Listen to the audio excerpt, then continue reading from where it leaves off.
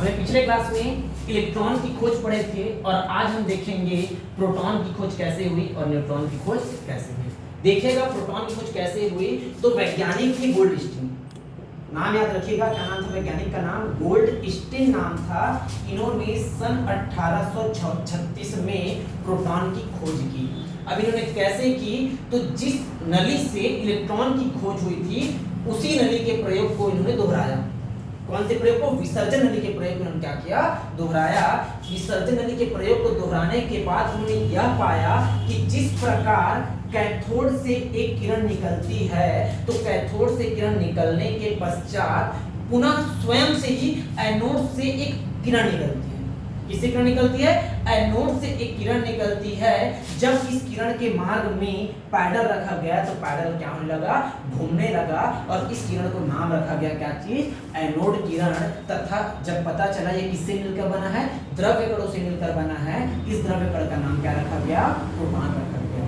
खुद सोचिए, कैथोड से निकले किरण को कैथोड किरण बोले, एनोड से निकली किरण को क्या बोला गया? एनोड किरण बोला गया। जिस प्रकार कैथोड से निकलने के कारण इलेक्ट्रॉन पर माइनस चार्जेस माना गया, उसी प्रकार एनोड से निकलने के कारण, धन से निकलने के कारण प्रोटॉन को क्या माना गया? धनात्मक माना गया। आया समझ में किस प्रकार प्रोटॉन की खोज हुई? एक बार फिर समझा रहा हूँ। गोल्डस्टीन ने क्या किया? विसर्जन नली के प्रयोग को दोहराया। उन्होंने फिर से गैस दिया, नली का दाब कम किया, सारी प्रक्रियाएं फिर से की। कैथोड से किरण निकली, कैथोड से किरण निकलने के पश्चात पुनः एनोड से क्या निकला? किरण निकला। इसके मार्ग में पैडल रखने पर पैडल क्या होने लगा? घूमने लगा। चूंकि ये कणों से मिलकर बनी थी, इस कण को क्या नाम दिया गया? प्रोटॉन करके दिया गया। ठीक है, अभी देखते हैं न्यूट्रॉन की खोज के बारे में। हमें क्या क्या पढ़ लिया? हमने इलेक्ट्रॉन की खोज कैसे पढ़ लिया, प्रोटॉन की खोज कैसे पढ़ लिया। अभी देखते हैं हम न्यूट्रॉन की खोज। ठीक, तो चैडविक के द्वारा कृत्रिम तत्वांतरण का अध्ययन किया जाता है। कृत्रिम, और ये क्या लिखा है? तत्वांतरण। इसका अध्ययन किया जा रहा था। कृत्रिम तत्वांतरण, कृत्रिम तत्वांतरण का मतलब ये होता है एक तत्व को दूसरे तत्व में बदलना। इस प्रक्रिया का क्या किया जा रहा था? अध्ययन किया जा रहा था। इसी दौरान न्यूट्रॉन की क्या हो गई? खोज हो गई। अभी देखना, इस प्रक्रिया में वो कर क्या रहे थे? उन्होंने हल्का धातु बेरिलियम तत्व, किसका? बेरिलियम का एक पतला चादर लिया था। क्या लिया था? बेरिलियम का पतला चादर लिया था। चादर लेने के बाद उन्होंने बहुत सारे अल्फा कणों की बौछार कर दी। बहुत सारे अल्फा कणों की क्या कर दी? बौछार कर दी। देखिएगा तत्व का नाम क्या है? हल्की धातु का नाम क्या है? बेरिलियम है। उस पर उन्होंने किसका बौछार किया? अल्फा कणों का बौछार किया। और उसी दौरान उदासीन कण निकला। उसी दौरान कौन सा कण निकला है? अदृश्य उदासीन कण निकला, जो किसी प्लेट की ओर विक्षेपित नहीं हुई। अगर इस उदासीन कण पे, मान लो इस कण पे माइनस वाला होता तो प्लस की ओर मुड़ जाता। अगर ये प्लस वाला होता तो कहां मुड़ जाता? माइनस की ओर मुड़ जाता। लेकिन इस कण पर कोई भी चार्जेस नहीं थे, वो सीधा गया और फोटोग्राफिक प्लेट को क्या कर दिया? प्रभावित कर दिया। इसको प्रभावित कर दिया। फोटोग्राफिक प्लेट को क्या कर दिया? प्रभावित कर दिया। यदि इस पर कण नहीं होता तो ये प्रभावित होता क्या? नहीं होता। और इस उदासीन कण का नाम क्या रखा गया? न्यूट्रॉन रखा गया। न्यूट्रल, न्यूट्रल का मतलब क्या होता है? उदासीन होता है। उसी आधार पर इसका नाम क्या रख दिया गया? उदासीन कण का नाम न्यूट्रॉन रख दिया गया। इस तरह से किसकी खोज हुई? न्यूट्रॉन की खोज हुई। ठीक, एक बार इस समीकरण को देख लीजिए। बेरिलियम, इस पर इन्होंने किसका बौछार किया? अल्फा। किसका? अल्फा का। आप आगे चैप्टर में पढ़ोगे, अल्फा को हीलियम के बराबर मानते। किसके बराबर मानते हैं? हीलियम के। तो हीलियम का क्रमांक कितना होता है? 2 होता है। और भार कितना होता है? 4 होता है। उसी प्रकार बेरिलियम का क्रमांक कितना होता है? 4 होता है। और भार कितना होता है? 9 होता है। ये है क्या? अल्फा कण है। क्या ये? अल्फा कण है जिसको हीलियम माना जाता है। अब जब इन्होंने इस अल्फा कण का किस पर?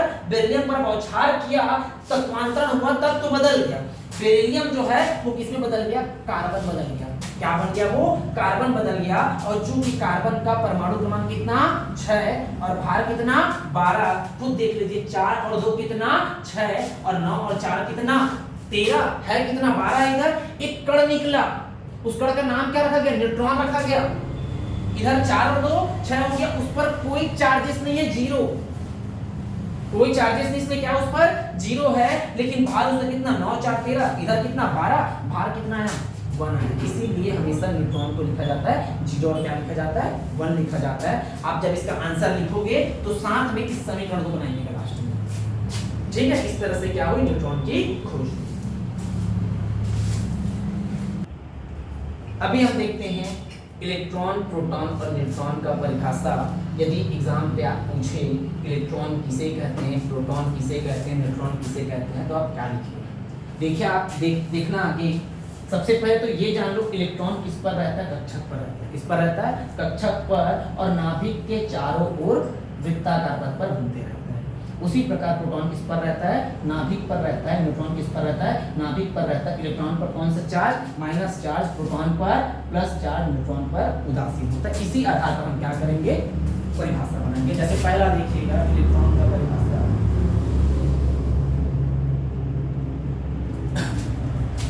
जिसको पूछे इलेक्ट्रॉन का परिभाषा क्या, तब क्या बोलिएगा, इलेक्ट्रॉन परमाणु का वह मूलभूत कण है।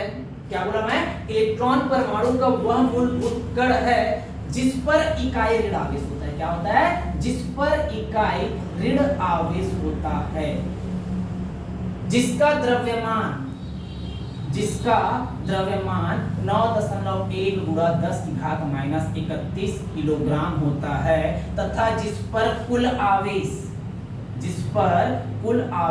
1.6 गुणा 10 की घात -19 कूलाम होता है। कितना, 1.6 गुणा 10 की घात -19 कूलाम होता है, तथा जो नाभिक के चारों ओर वृत्ताकार पथ पर घूमते रहता है। वृत्ताकार पथ पर क्या रहता है, घूमते रहता है। ठीक है, देखिएगा जैसे कोई पूछे इलेक्ट्रॉन किसे कहते हैं, तो इलेक्ट्रॉन परमाणु का वह मूलभूत कण है जिस पर इकाई ऋण आवेश होता है, जिसका द्रव्यमान 9.1 गुणा 10 घात -31 किलोग्राम होता है, जिस पर कुल आवेश 1.6 गुणा 10 घात -19 कूलाम होता है, तथा जो नाभिक के चारों ओर वृत्ताकार पथ पर घूमते रहता है। ठीक, उसके बाद हम देखते हैं प्रोटॉन के बारे में। इसके बारे में देखते हैं प्रोटॉन। बेसिक समझ लीजिए, प्रोटॉन में कितना प्लस लगा, इधर प्रोटॉन पर 1 प्लस लगा है, मतलब ये हो जाएगा आपका इकाई धन आवेश। क्या हो जाएगा, इकाई धन आवेश। सब चित्र में छुपा हुआ है। द्रव्यमान 1.67 गुणा 10 की घात -27 किलोग्राम। कुल आवेश 1.6 गुणा 10 की घात -19 कूलाम। याद रखिएगा ये माइनस चार्ज का माइनस होता है और ये क्या होता है, ठीक।